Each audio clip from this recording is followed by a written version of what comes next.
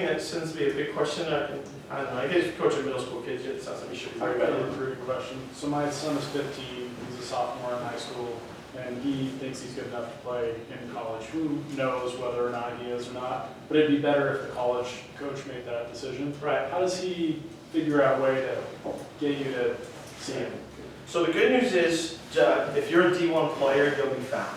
That's the best part about our game. You could be the best player in Logan, Utah, and you'll get recruited. Or I mean, if you're one of the best players in the country out of Logan, Utah, you'll get recruited D1. So that kind of like that hypertension paranoia that if I'm really good, I'm never going to get found. Coaches ask a lot of questions and call a lot of coaches. So that's like the rest assured. But that's a very special scenario. Most kids, even my son's not at D1. Well, maybe, but not really. But anyway, so the key there is to get seen by where places you want to play. I think kids make a lot of mistakes in choosing colleges. When I teach a seminar, I teach it as like it's Match.com. I mean, it really is. You got to know what you need, and you got to know what that school provides, and you better do your homework because kids chase school colors. They chase which team has the best record, best mascot, or the best helmet. I mean, they choose the things that really it's money, it's degree, it's location, size of class. So I would recommend that he just gets in front of the kind of schools that he wants to play for. If he's a D3 guy, then try to get in front of some D3 coaches. But the best, so there's two things I absolutely say about recruiting for, if any parent at any level. Number one, remember, don't let it be the experience where Johnny chooses because he got one email. That's the school. It's a two-way recruitment. That's what I mean by Match.com. You got to find out what you need financially, academically, socially, and athletically, and you got to match it. So that's number one. Number two, it's really, really, really, really important in all the places that I've been that you watch a coach in action before you go to that school. I see a lot of kids change their mind because they went to that, that school is really popular, or that coach is like, they win a lot, and they go there, and they don't love it. You quit, you stop playing lacrosse after all that money and time you spent, you played on all those true teams and whatever you've done, and now all of a sudden he's in his first year of college and he's done playing by Christmas. A lot of it's because he didn't go watch the coach. Go to a practice in the spring, fall if you can, whatever works, and go see that coach and see. You'll love the way he coaches, the way he runs a practice, what he's teaching. Or he doesn't coach enough, or he coaches too much, too quiet, he's too loud. So, I just think that's kind of interesting. We have a player on our team now who could play in the PLL right now.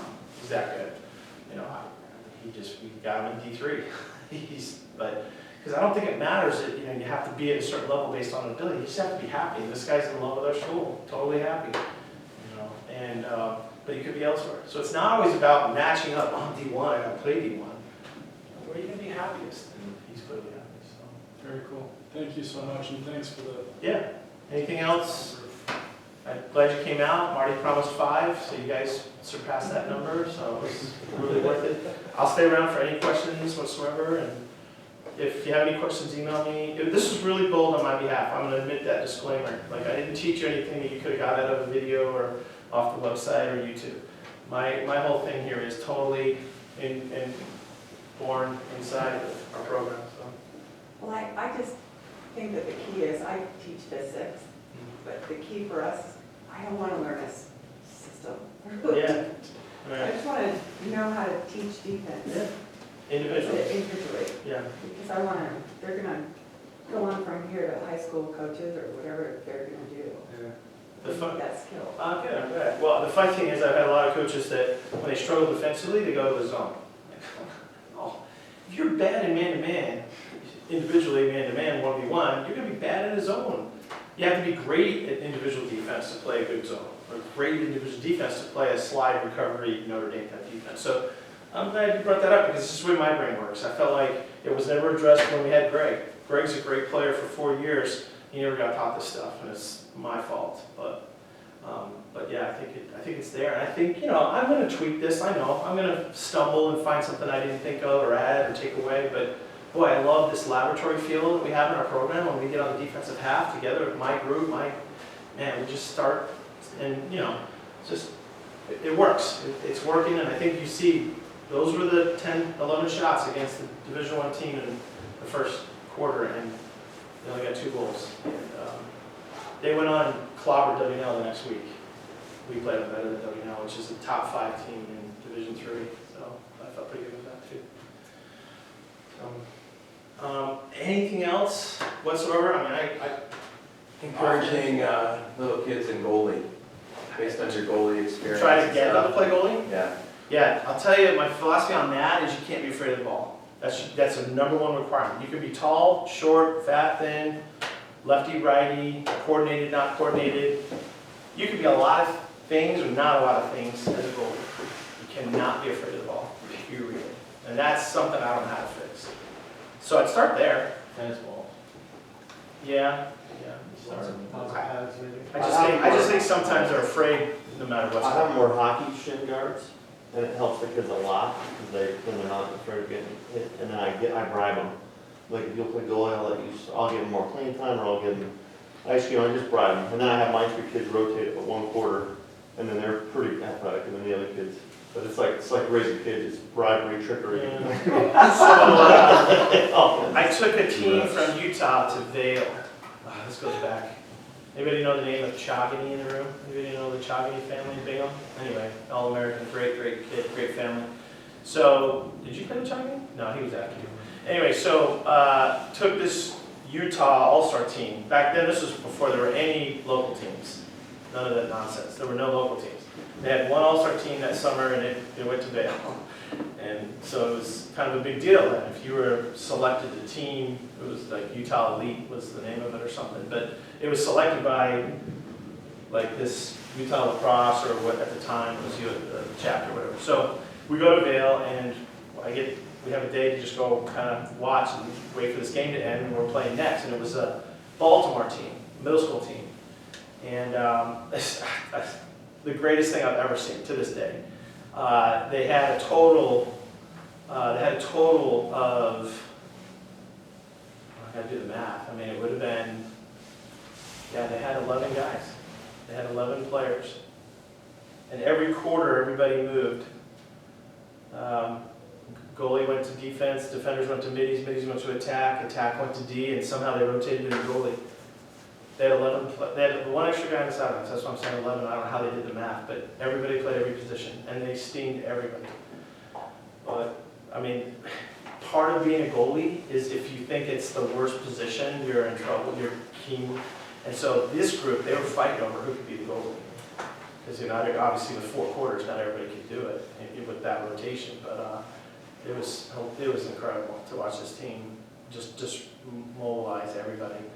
And it was just this idea, and your ideas are great, but it was a privilege to play goalie. We do a shooting drill that I love that really helps with goalies. But it's just, well, basically you set up, it's just something I've done with young kids. I started out there, I think I did it with my college guys a little bit, but I started out, I used to run all the BYU camps, I started them from scratch. Basically what you do is you let's start right-handed, you put all the balls like right here, all of them, like 50 of them. And then you line the guys up in an arc. Right? And what you're practicing on is that doorstep finish. This is GLE, I catch the ball at the end of the fast break or in the man up, and all I gotta do is turn and finish, right? That last thing that sometimes kids just can't do. So it's a drill like this, we do it with the defenseman, we do it with everybody. But here's what we do, is if you miss the goal or hit the goalie, you become the goalie. And we use tennis balls. And it's so fun. And what's interesting is you can now see which kids naturally, they get into it. And you see the kids that duck and hide until they get hit with the ball and then they're out. But like tennis balls, you're really close, so it's not about velocity. And I converted a couple kids by goalie because of that drill. It's the funnest camp drill ever. And you do it as a competition. So if you miss the goal altogether, you're out. You're out of the drill. If you hit the pipe, you're still in. If it goes in, you're still in. If it hits the goalie, you're now the goalie.